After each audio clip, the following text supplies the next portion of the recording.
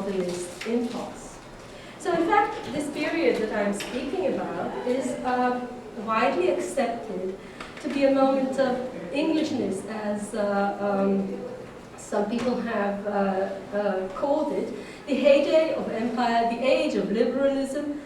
It is also a moment of recurrent, virulent anti-Semitic attacks on the small Jewish community in Britain, and a lot of research has been done about that, and I'm simply following a path that has been already followed by many and better before me. The parallel, though, I would like to suggest, begs a question: are these three, or rather four, connected? And first I would like to say just a few words about national identity. We're speaking about the moment of Englishness. And I would like to suggest a concept of an unwhole trinity.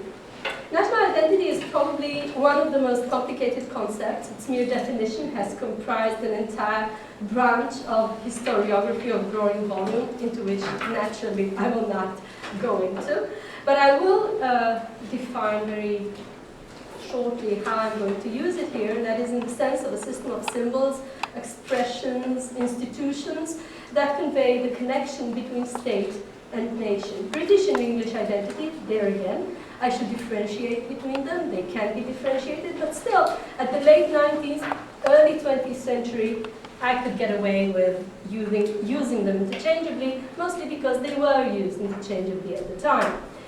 So, an abundance of writings on the national identity, both by liberals and by conservatives in the second half of the 19th century, I would like to suggest, I mean, I'm not exactly the first to do so, I suppose, that there was they do share, in spite of the differences, they do share a common ground of three components. That is religion, I would say liberty or political freedom, and empire.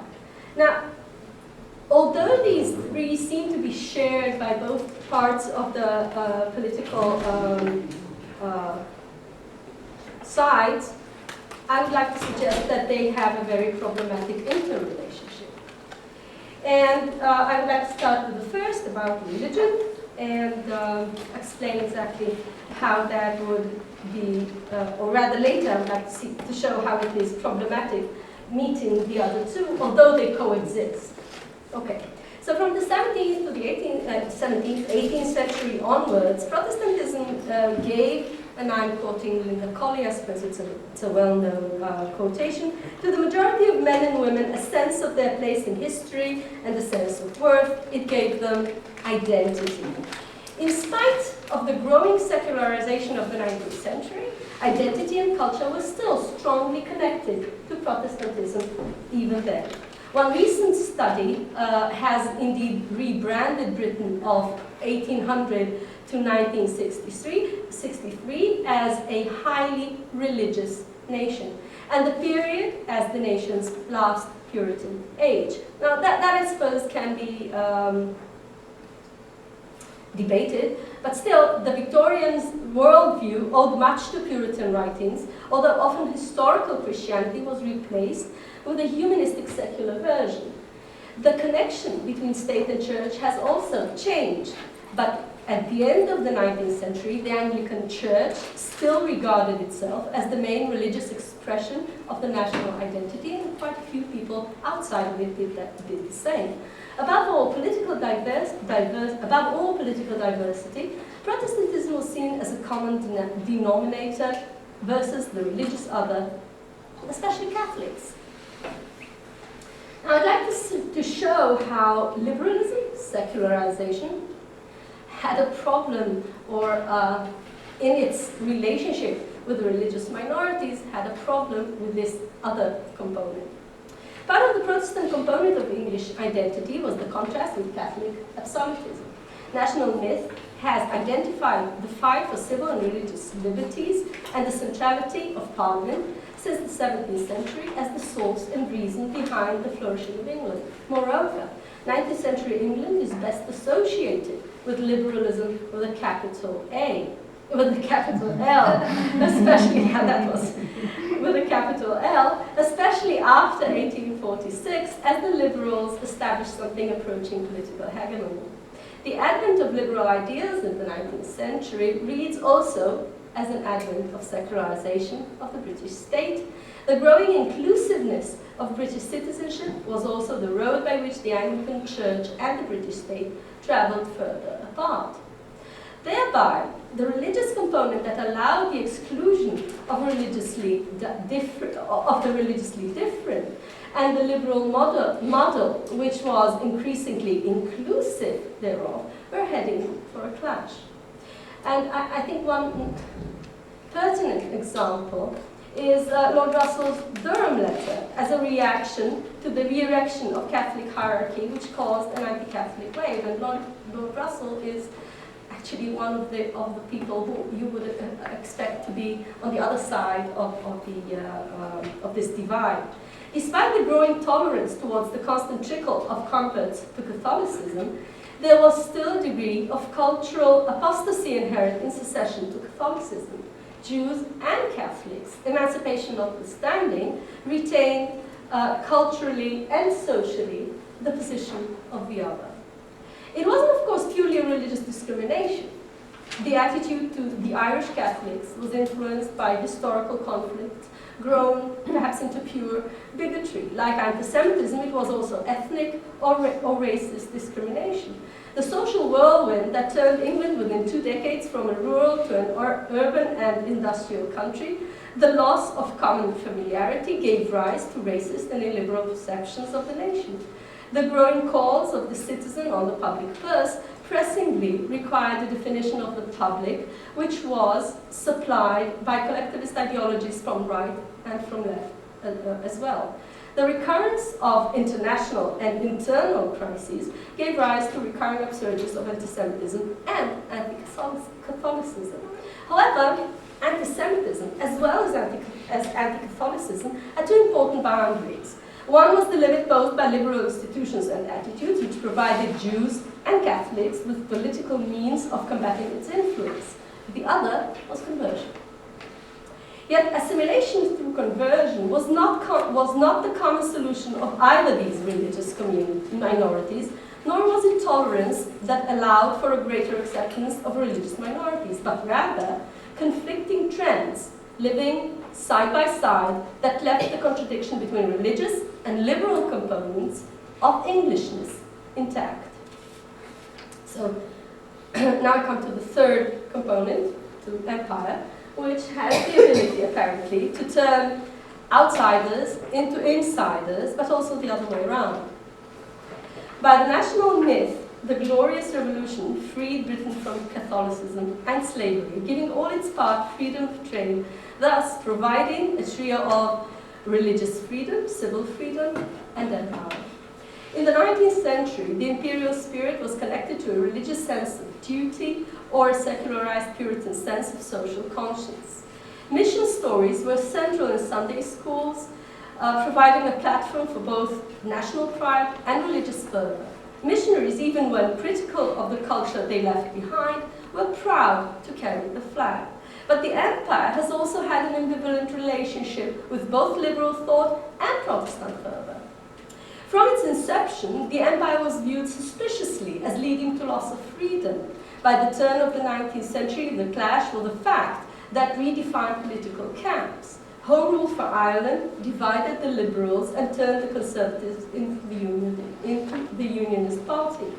The arguments around free trade and home rule viewed these issues as reflecting on an English character, not just mere political arguments.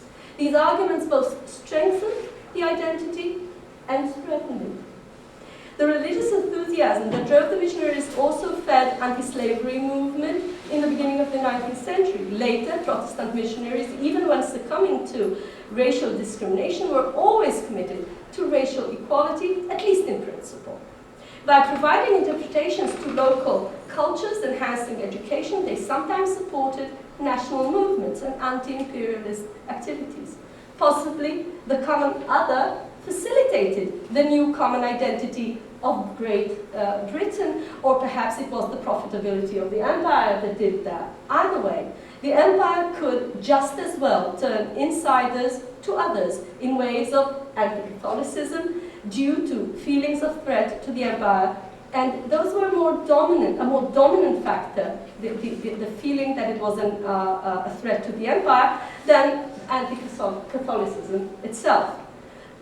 Now, the funny thing is that the strongest anti-Semitic upheavals since the 1870s were storming also around issues mostly imperial. Although Jews, unlike Catholics, had no other country that could threaten the empire. So, I would like to elaborate a little bit on this connection, because there is a long-standing philo-Semitic tradition acknowledging the importance of the Jews in England. And the centrality of the Holy Land in English Protestant culture, millenarian images of Jerusalem, made Palestine arouse in England a sense of possession unequaled by any other colonial province, even before it became a colonial province.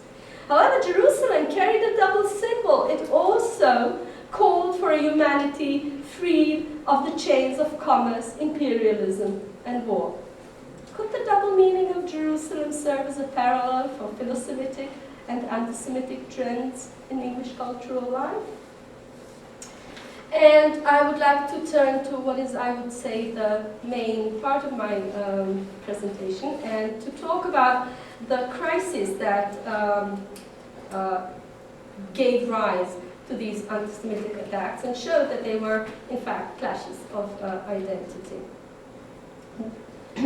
The wave of anti-Semitic expressions accompanying attacks led by liberals and radicals against the Israelis' pro-Ottoman policy following the Bulgarian atrocities after 1876 seemed to threaten to turn violent. The anti-Semitic upheaval appeared as a religious protest that provided a wide denominator for the liberals and was potent enough to recruit the public at large around a mythic enemy. Gladstone considered the public uproar a Christian revolution. Although prominent in the struggle were radical atheists, the argument that not only moral issues, but in fact, the argument brought up not only moral issues, but in fact it brought to the fore the question, what was Britain more, Christian or imperial? Centering the criticism on Disraeli's Jewishness, I mean, he was converted, as everybody knows by then. Disraeli's Jewishness has accentuated the religious character of the crisis, but not its original religious character, that is, Christianity of the Bulgarians against Islam of the Turks, but rather of Christians versus Jews. The criticism against the government during the Boer Wars was heavily tainted at the end of the 19th century, especially the 1899-1902, was heavily tainted with anti-Semitism as well. Many of those who were against the government's policy during the Bulgarian crisis were now supporting the government of the day, including a segment of socialists, in a patriotic upsurge. In fact, this war upturned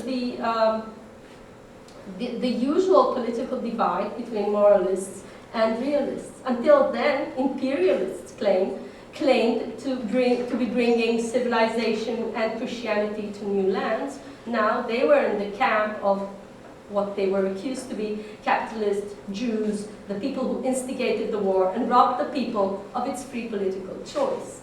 The criticism was mostly outstanding in emphasizing the tension between imperial rule and freedom. But surprisingly enough, it was the freedom of Britain that was involved here, because the empire was posed as a threat to the liberal democratic order. Therefore, the real question wasn't pro-Boer or not, it was pro-England. But what kind of England? The clamor for the Aliens Act, starting in the 1880s and gaining force around 1900, was entangled with imperial defense and definition.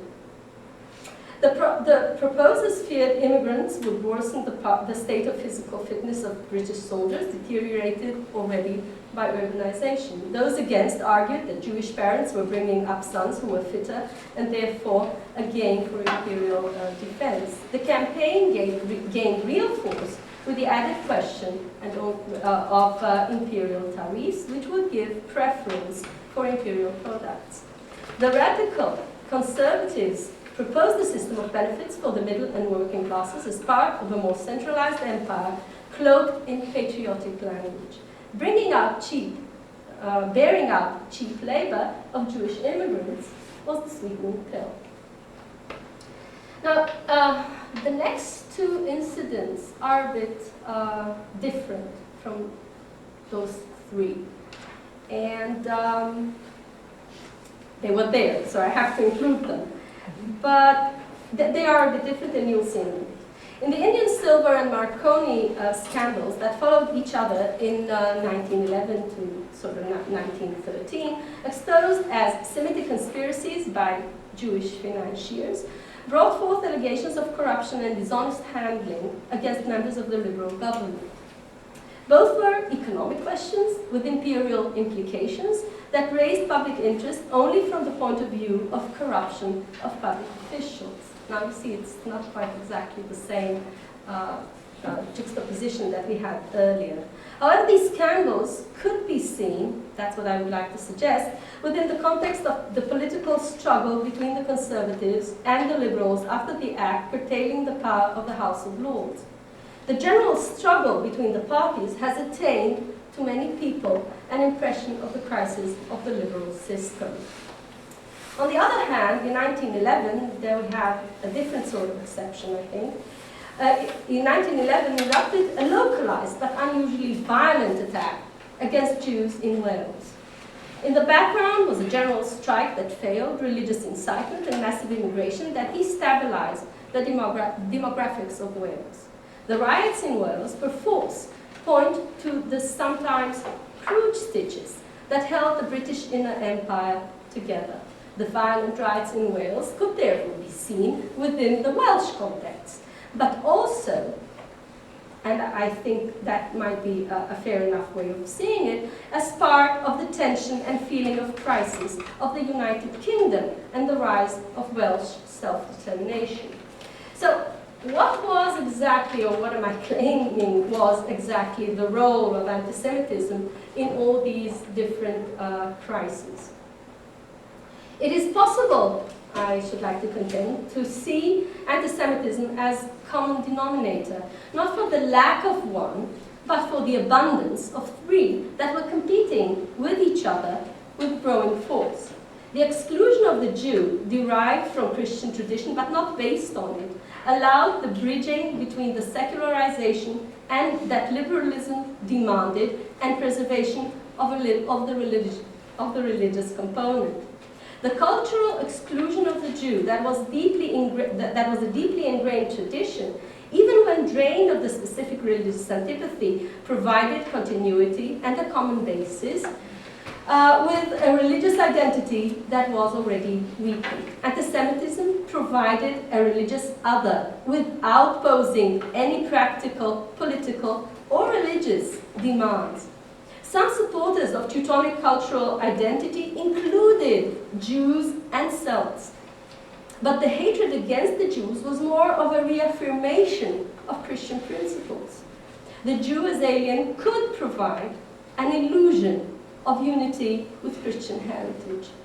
At a time when religion was eroded as a clear test of who belongs to the nation and who doesn't, the empire, one might expect, could receive a greater importance. But the attitude of the empire was itself ridden with religious rifts and disagreements.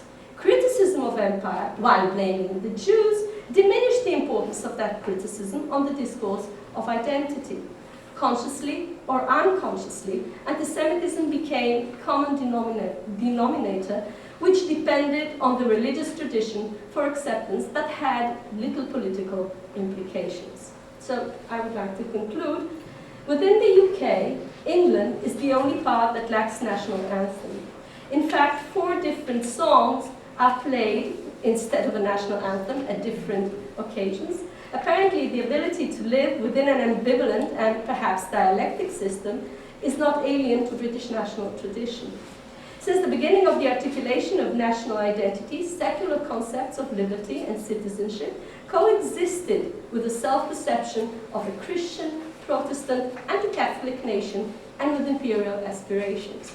Participants of the national identity discourse mostly have not consciously acknowledged the fact that the three were potentially contradictory, or at best, contending. The second half of the 19th century was a period of fast and deep change that called for the self-definition and for stability in a changing world.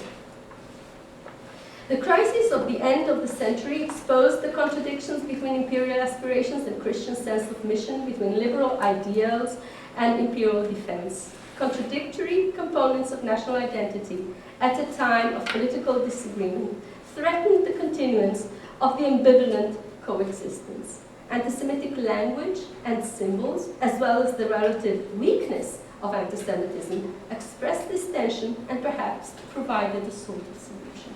Thank you.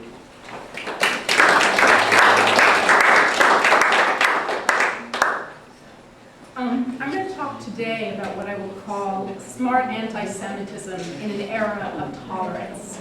So I think in some ways extending some of the work that you're doing. Beginning with the Aliens Acts 1905 and then ending briefly with the contemporary examples.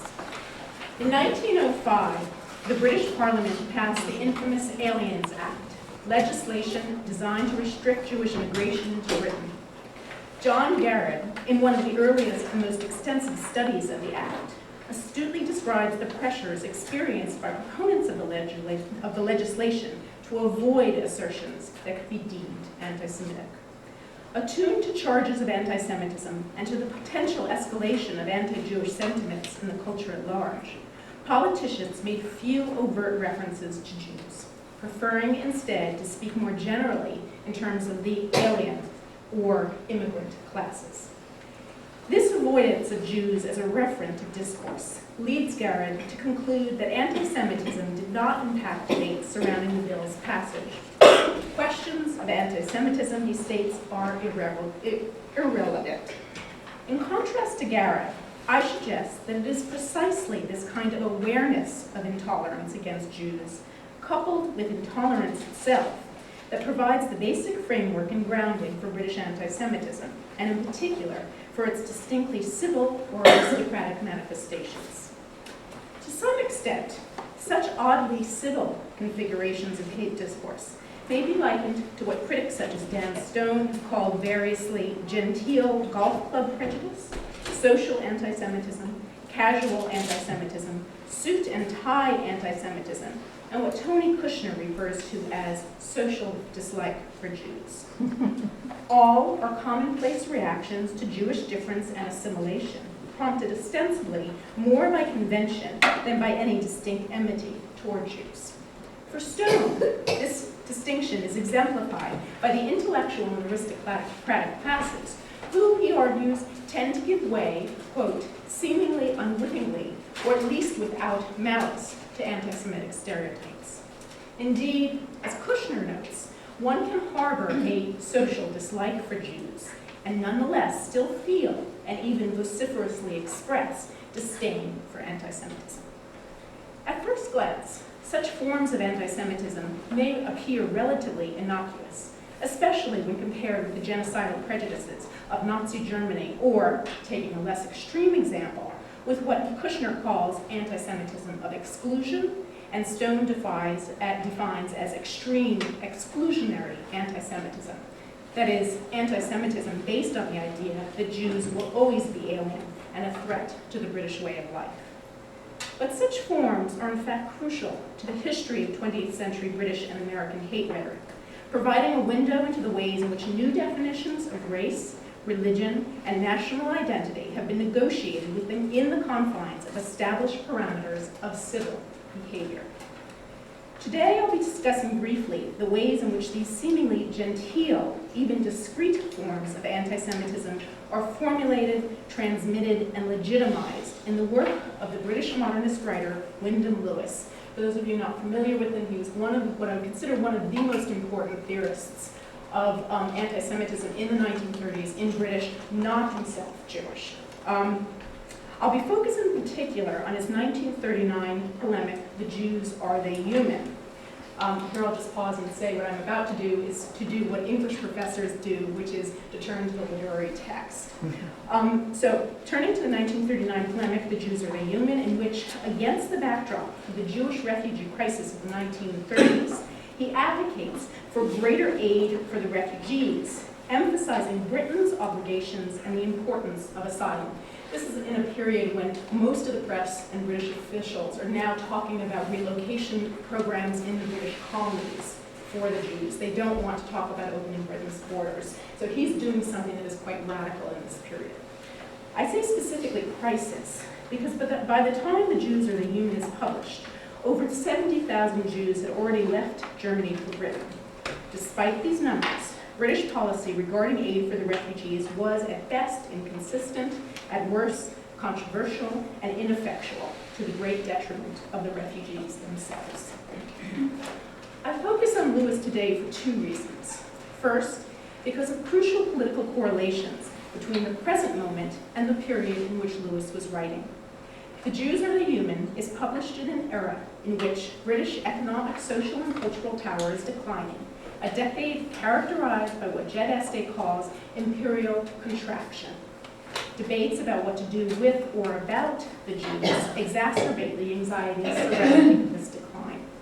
Second, I draw on Lewis because his particularly careful attention to and utilization of anti-Semitism offers us a potent example of what today we might call smart racism.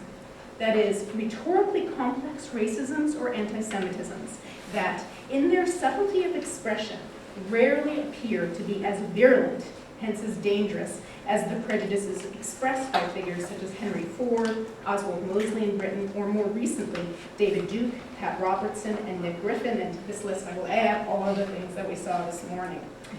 Indeed, in their most nuanced forms, such racisms may be oddly useful or productive for political argumentation.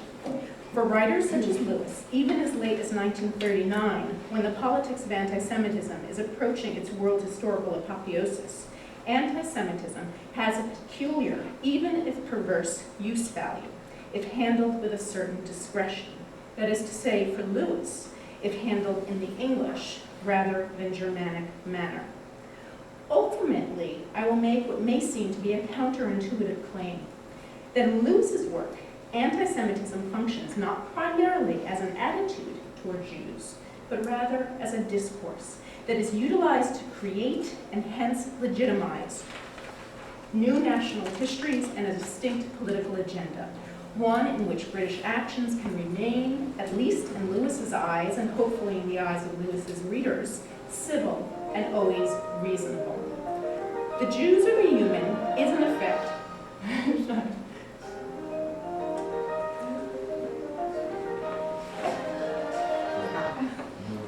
okay, it's not me, actually. "The Jews, Are They Human?" is in effect a kind of etiquette book for non-Jewish readers.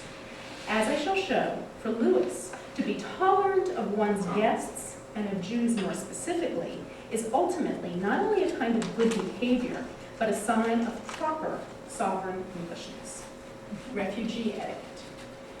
Preoccupied with England's obligation toward the refugees, Lewis offers English readers advice on how to act when confronted with the refugees' funny little ways.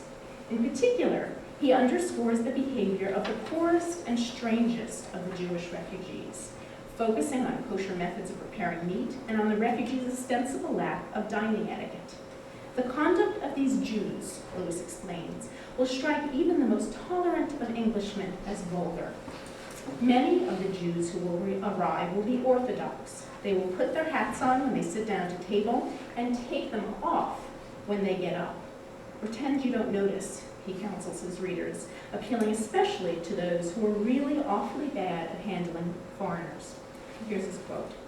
"If you don't pretend to notice, one day the extremely Orthodox Jew even will arrive at the dinner table bareheaded. But if you begin nagging him about it the first time you see him, he will get obstinate, and eventually he may begin wearing 2 hats instead of 1. I have seen Jews in Poland wearing 2 hats instead of 1. It was probably the fault of the Poles. In fact, the more I think of it, the more sure I am it was the fault of the Poles. Thus, in a book ostensibly about Jewish refugees, Lewis very quickly shifts attention away from the Jews' funny little ways to the ways of the English themselves, specifically to English manners, a topic that will provide the foundation for Lewis's analysis of England's relationship with the refugees and, by extension, of the nature of English tolerance itself. Topics he addresses, however, by turning not to England, but to Poland and later to China. As Frederick Jameson notes in Fables of Aggression, there always, quote, comes to be in Lewis's work a surcharged text, a palimpsest, in which what is cancelled and aufgehoben must continue to be visible and readable behind the cancellations that draw their value from it, as in a kind of transgression. In this case, English obligation is that surcharged text. That Poland in particular serves as such a template for Lewis is hardly surprising. By 1938, the Polish government's refusal to repatriate thousands of Polish Jews expelled by Germany was a major news story in Britain and had effectively turned Poland into a troubling symbol of the Jewish refugee crisis overall. Curiously, in Lewis's hands, Poland's failure to help the Jewish refugees alter their habits, in this instance to properly dine, threatens to turn Englishmen into Poles, a people who, incapable of ignoring Jewish behavior, caused the Jews in Poland to begin wearing 2 hats instead of 1.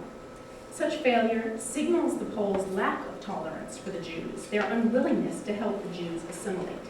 Assimilation of the Jewish refugee thus becomes the responsibility not of the Jews themselves, but of the hosting nation. In other words, for Lewis, to deliberately not notice the Jews' funny little ways is an ethical and political act, the positive outcome of which will be the revelation that Jews are in fact like anybody else. By extension, being noticed is what creates the Jew, an argument that strangely anticipates Jean Passat's often cited claim that the Jew is an invention of the anti-Semite. As Lewis notes, what was the use of being a peculiar people if no one noticed it or gave a damn? Elaborating on this observation, he then describes the assimilation of Jews in China. The Chinese absorbed the Jews, and they did it by taking absolutely no notice of them. It is with Lewis's turn toward China that Jewish mannerisms, that which one can actively refuse to see and which materialize most fully only when they are acknowledged by the non-Jew, becomes not merely the sign of the religious or cultural difference of Jews, but rather a set of physical phenomena comprising the biology or racial makeup of Jews. In China, Lewis says, the Jew lost more and more of his well-known characteristics. First, his earlocks went, then his kaftan, then his nose began to stop growing so melancholy and so long, and took on a Chinese elegance and discretion.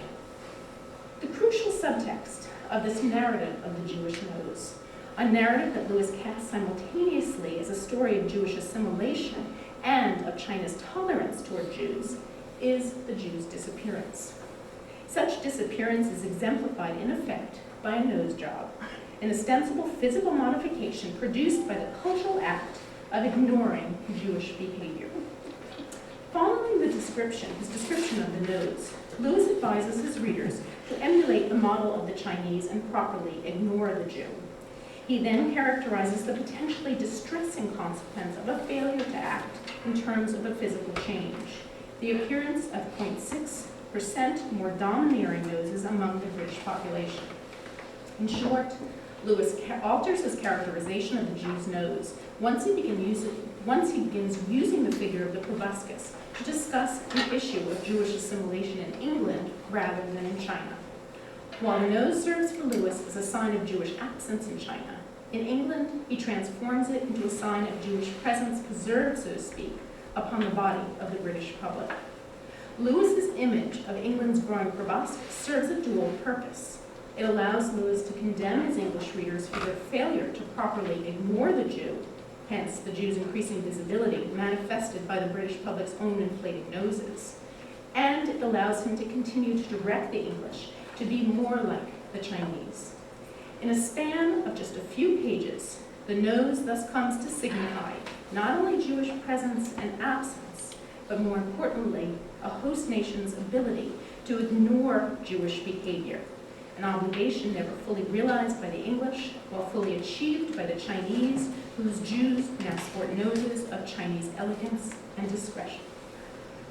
Significantly, even as Lewis calls on his readers to be like the Chinese, that is, to ignore the Jews' actions or customs, so he directs his readers' attention precisely to those same actions and customs that he has just pointed out.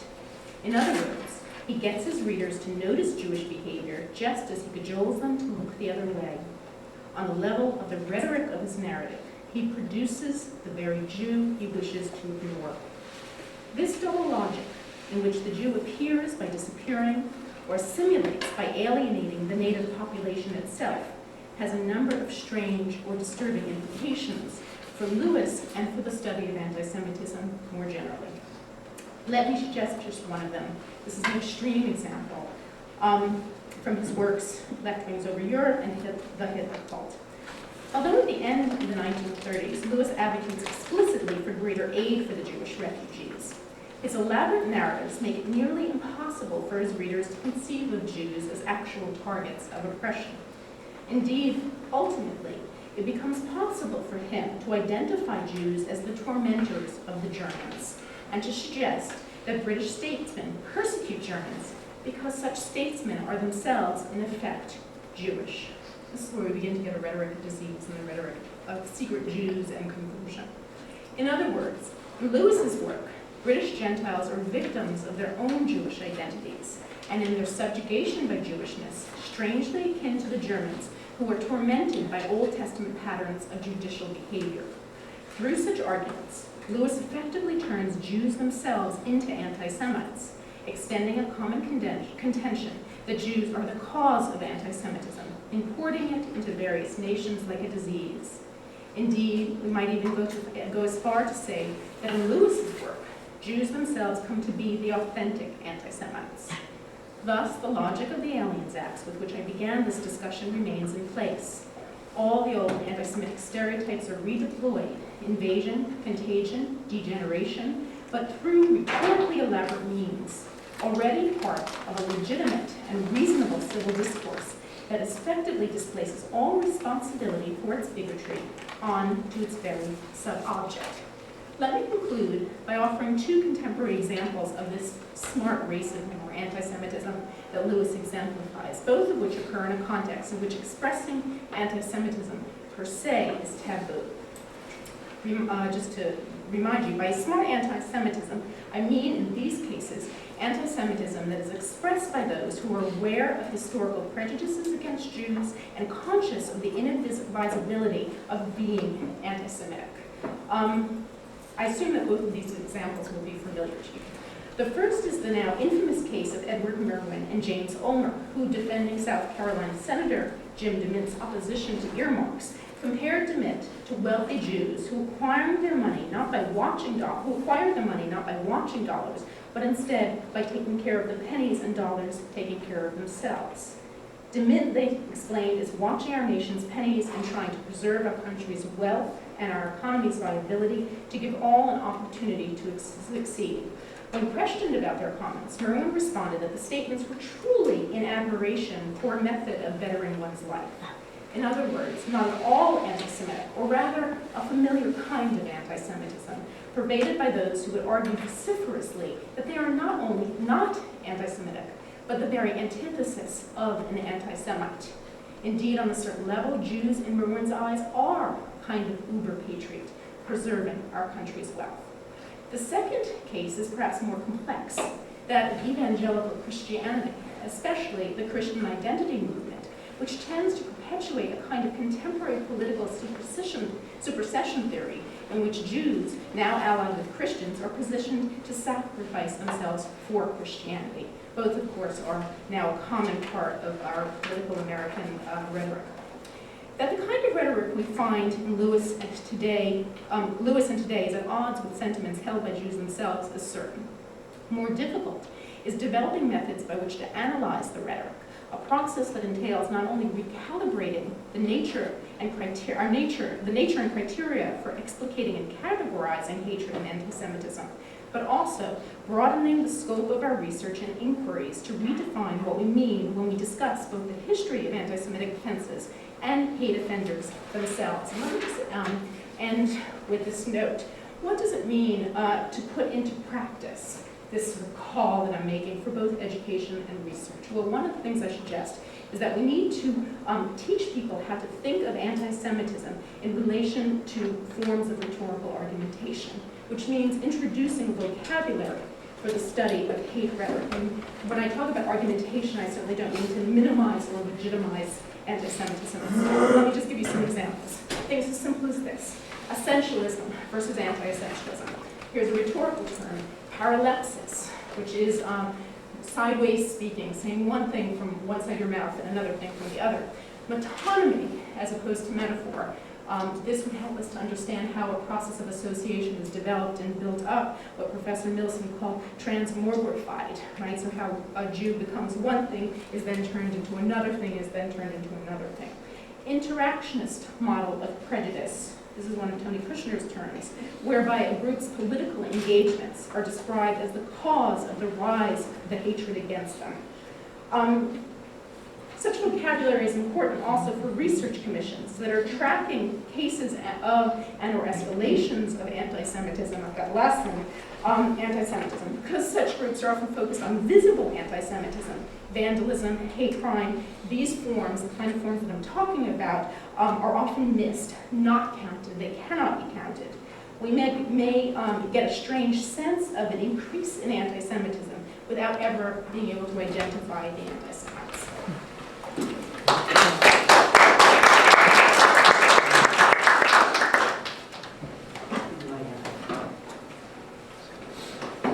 I'm actually going to take the liberty of using the PowerPoint a little, skip it over. And what I'm going to be speaking of in some ways carries on the conversation that began in terms of looking at rhetorical devices. Because I'm actually going to continue by looking at a segment of the Catholic Church. As you can see up above, pictures of Mel Gibson. I try to find a particularly flattering picture of him, and his father. And the idea is basically that I want to focus on a wing of the Catholic Church that has been in opposition to the formal church, is in schism in many ways to it. Its numbers are not necessarily large, but in terms of legitimation of anti-Semitism, and theological anti-Semitism in particular, their influence is perhaps growing, and there are certain danger signals that I'd like to point out, as well as going back and taking a look back in time as to where this theology came from and how it developed, and why, in essence, we're trying to deal with it today. So it's also part and parcel of the title of the conference, remember, is the issue of modernity, and in many ways this is bound up with an attack or rejection of modernity by certain segments and certain individuals. So that's really, I'm not going to spend much time on Mel Gibson. I mean, you remember the whole firestorm over the Passion of the Christ and so on, which sort of interjected this whole issue into the public eye. But the next place it really came up is with Bishop Richard Williamson. Williamson is a bishop of a group called the Society of St. Pius X, which is, I'll call SSPX from now on, which is a group that is in opposition to Vatican II. And by the way, that's the loose definition that I'm going to work on in terms of these traditionalist groups. There are different groups and different individuals. Obviously, I'm not getting into the details of all that. But basically, they're loosely grouped as being in opposition to Vatican II. And for our cases especially, in terms of both the Church's movements on religious liberty and the document Nostra Aetate, which was the sort of signifier that's created the revolutionary change in church theology vis-a-vis Jews and Judaism over the past 40 so years. So Williamson came into the public eye when he issued a interview on Swedish TV in January of 2009 in which he questioned the Holocaust. And he said, quote, "I believe that the historical evidence is hugely against 6 million Jews being deliberately gassed in gas chambers as a deliberate policy of Adolf Hitler." And he continued, "I think that 200,000, 300,000 Jews perished in Nazi concentration camps, but none of them in gas chambers. Well, you can imagine the immediate reaction, and so it became a major issue.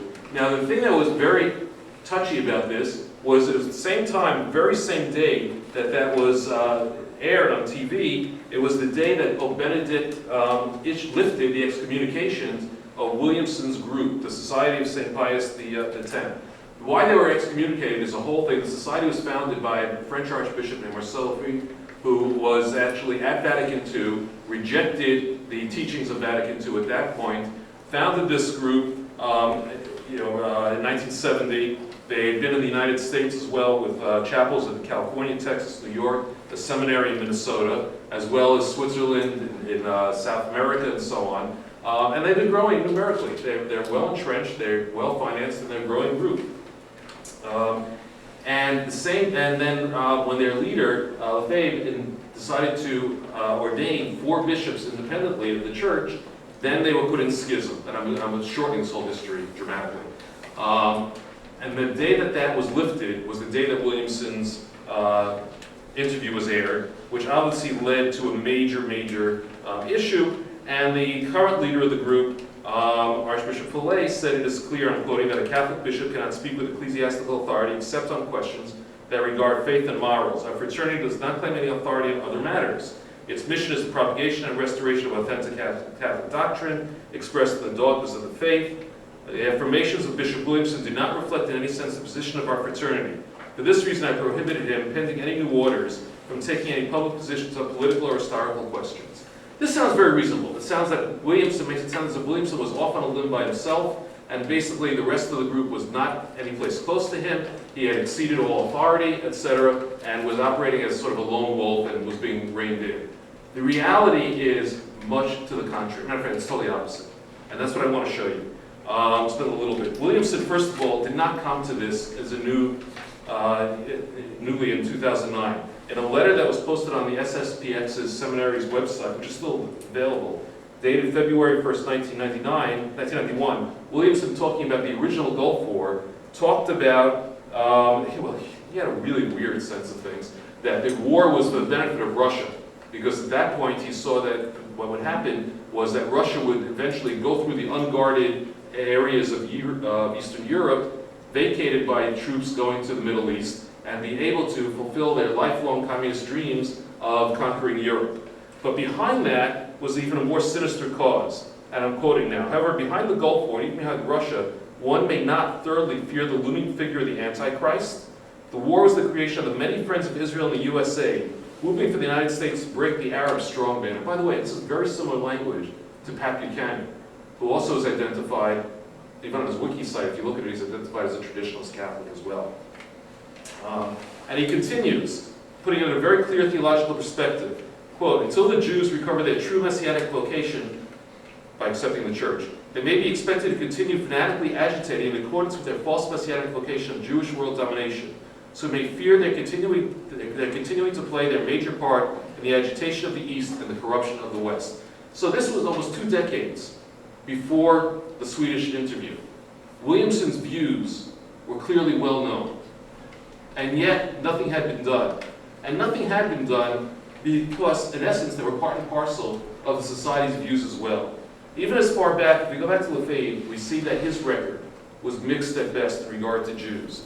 He was quoted, according to the National Catholic Register, he's quoted as having spoken approvingly of both the World War II era Vichy regime in France and the National Front, the Foreign National Front, and who identified the contemporary enemies of the faith as Jews, communists, and Freemasons. He criticized all heretics and all the efforts of the church. In an August 31st, 1985 letter to Pope John Paul II, he criticized, and again quoting, all the reforms carried over 20 years within the church, these heretics, schismatics, false religions, and declared enemies of the church, such as the Jews, the communists, and the Freemasons. Not only that, but Nazi war criminal Paul Touvier, who was convicted in absentia of collaborating, the murder, the execution of 7 Jews in 1944 as a Nazi collaborator, was arrested in 1989 in a prior of the fraternity after having been sheltered there for close to 20 years. When he died, Touvier died in 1996, a parish church operated by the fraternity offered a requiem mass in his honor. So if you go, and then what I continued to do was to go to, well, we'll skip that. That's Williamson again. That's Lafayette.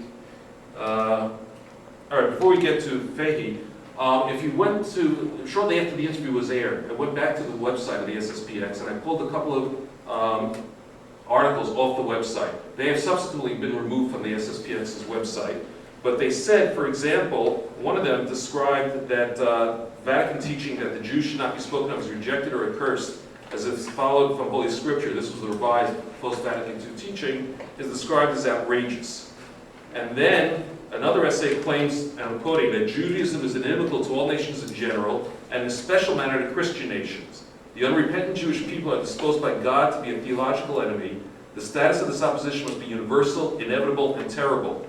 There are claims, again quoting, that the Talmud, which governs Jews, orders enmity with Christians, that Jewish people persecute Christendom, conspire against the Christian state, commit usury, and even are known to kill Christians. And that was originally published in the 1997 print issue of their magazine, Angelus, and then posted online again.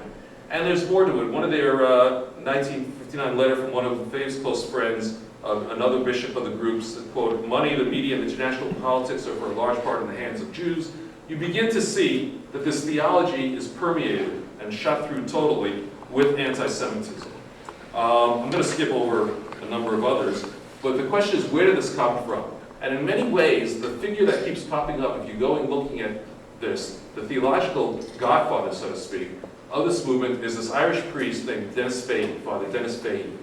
Fahey, those are his dates, was trained in France, as a matter of fact, and in Rome. And there, by the way, I guess we'd have to say that part of the time that he was trained in France in the 1920s was the height of the Catholic anti-modernist, anti-Semitic reaction to the growing Republican power and the separation between church and state powers in France. So there was a huge amount, and just to give you an idea, one writer writing at that time described the French Revolution, and all this was really just a reaction to the French Revolution and the anti-clericalism of the French Revolution, and they described it as the greatest event in world history in the last 1800 years.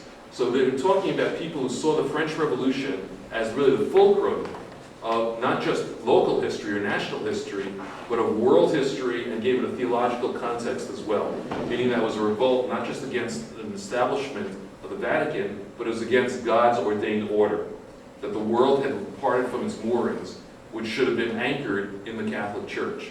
So this was the theology that Fahey absorbed, and he devoted his life to spreading as well.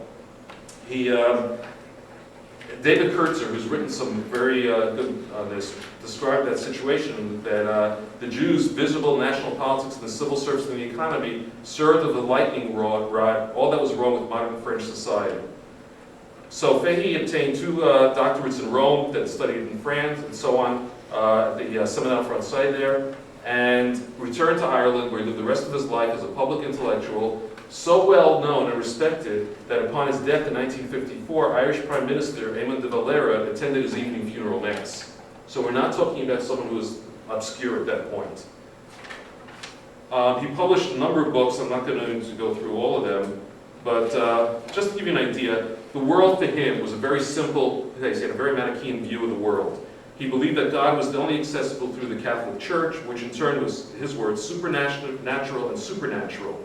God was locked in a cosmic struggle with Satan, which was very real in Fahey, and Satan's agents were actually threefold. Bolshevism, as the most recent development of the age-long struggle against the Jewish nation, waged by the Jewish nation against the supranational messiahs of the Lord Jesus Christ, and his mystical body, the Catholic Church. He also loved Freemasonry in there as well.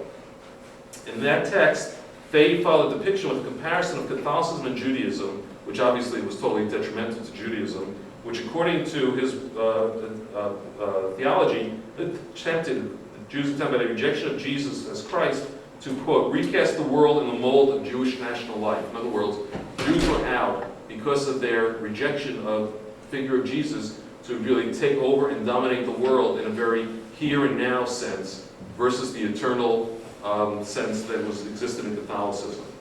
Communism was a tool just used by the Jews. The real forces behind Bolshevism in Russia are Jewish forces, and Bolshevism was really an instrument in the hands of Jews for the establishment of their future messianic kingdom. And then in another book, he spells out differences between Jews and Catholics regarding what he terms citizenship. As members of their own messianic nation, Jews must strive for the domination of their nation over others, as thus they alone may hold justice and peace to be achieved on earth. The Jew would fail in his duty to the Messiah to come if he did not subordinate the interests of other nations to his own. In other words, Jews are required to dominate the world. But the Catholic Church, being supernatural, national and supernatural, does not aim at the obliteration of natural characteristics and qualities by the imposition of a national form, but at their harmonious development by the elimination of the defects due to original sin. And he also believed that the world had reached a peak in the 12th century, when the church was its essential ruler and everything else was downhill till the cataclysmic catastrophe of the French Revolution. Now, contrast that with just read with something that Williamson wrote in a letter and commenting on Pope Benedict's December 2005 address to the Curia. Williamson wrote, quote, again, "What is wrong with freeing states from any obligation to Christ the King is that implicitly you are denying that Jesus Christ is God. Religious liberty means in effect the declaration of independence from God, which is directly opposed to the first commandment. However, when Catholics are in a sufficient majority, the state may physically prevent the public practice of false religion while tolerating their religion, their practice in private." In other words, again, Williamson, following the same vein, saw that the world states had to function according to a Catholic political sense. I'm going to skip through a number of other things, other than say that even the Holocaust did not shake Fahey's belief. He saw the German reaction. He drew a distinction between anti-Semitism and anti-Judaism, and all the propaganda about the display of anti-Semitism of the Holocaust in Germany should not make Catholics forget the existence of age-long Jewish naturalism and anti-supernaturalism. In other words, it didn't matter. And for his sources, for example, he drew upon people like Nesta Webster, Arnold Lees, a famous British anti-Semite of that period, and other conspiracy theorists, and so on. Okay, so I'm going to. There are also some interesting things to say about Alfred Rosenberg, the Nazi theorist. Now, all that may have been fine, and he may have just existed in this vacuum, this little vacuum, except for one thing. Fahey also became the favorite of theologian of Father Charles Coughlin. And Coughlin was the famous American radio priest in the 1930s who reached audiences of millions across the country. And I say favorite, the only one in that book, actually got a copy of it finally, an original copy. This book, The Rulers of Russia, that Fahey published, Coughlin republished in America, and it actually was published by Coughlin. Listen to Father Coughlin's broadcast. It's published by Coughlin's Social Justice Publishing Company.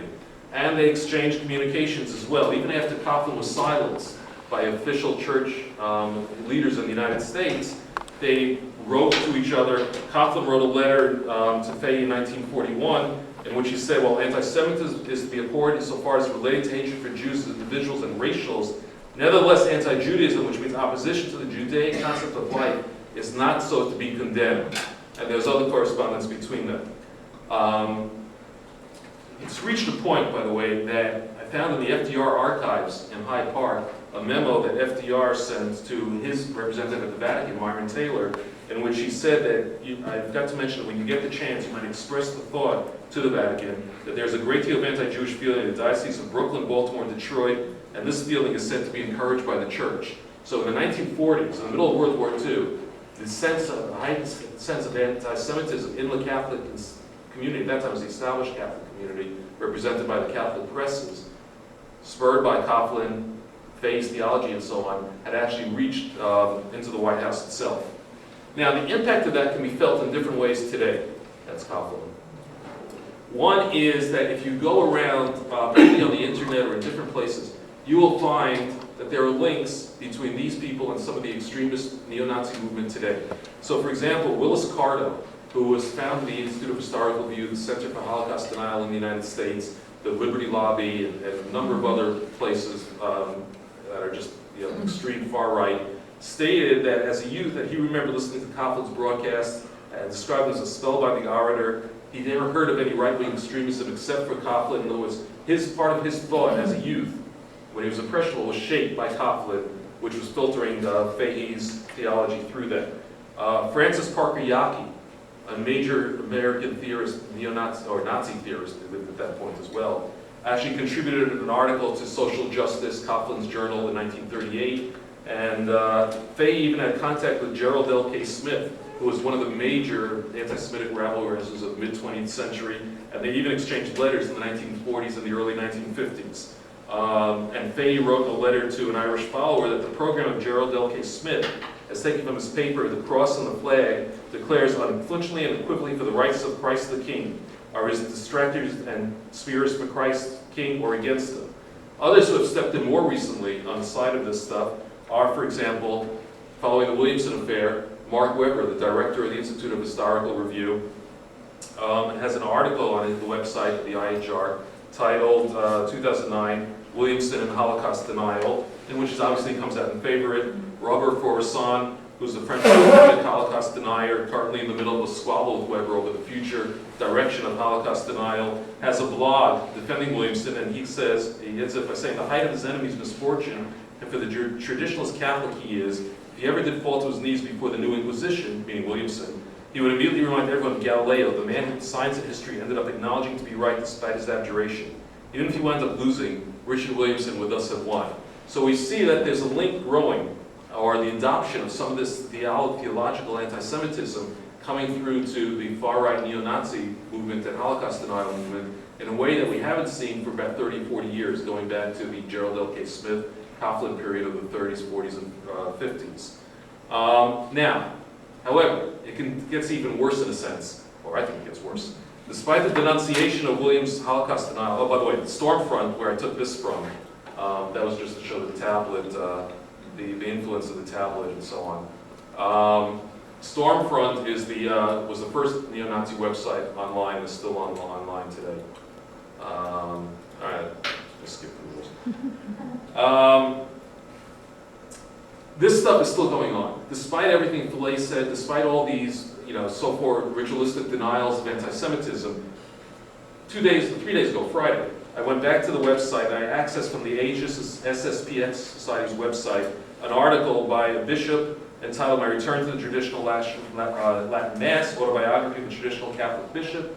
And in it he lists some of the books that inspired him on a spiritual journey. And of course, Fahey's books are listed there. And he writes as well about their impact. Reading these books, quoting, gave me a better idea of the crisis and confusion of the church today. It became clear to me who the real enemies of the Catholic Church, Father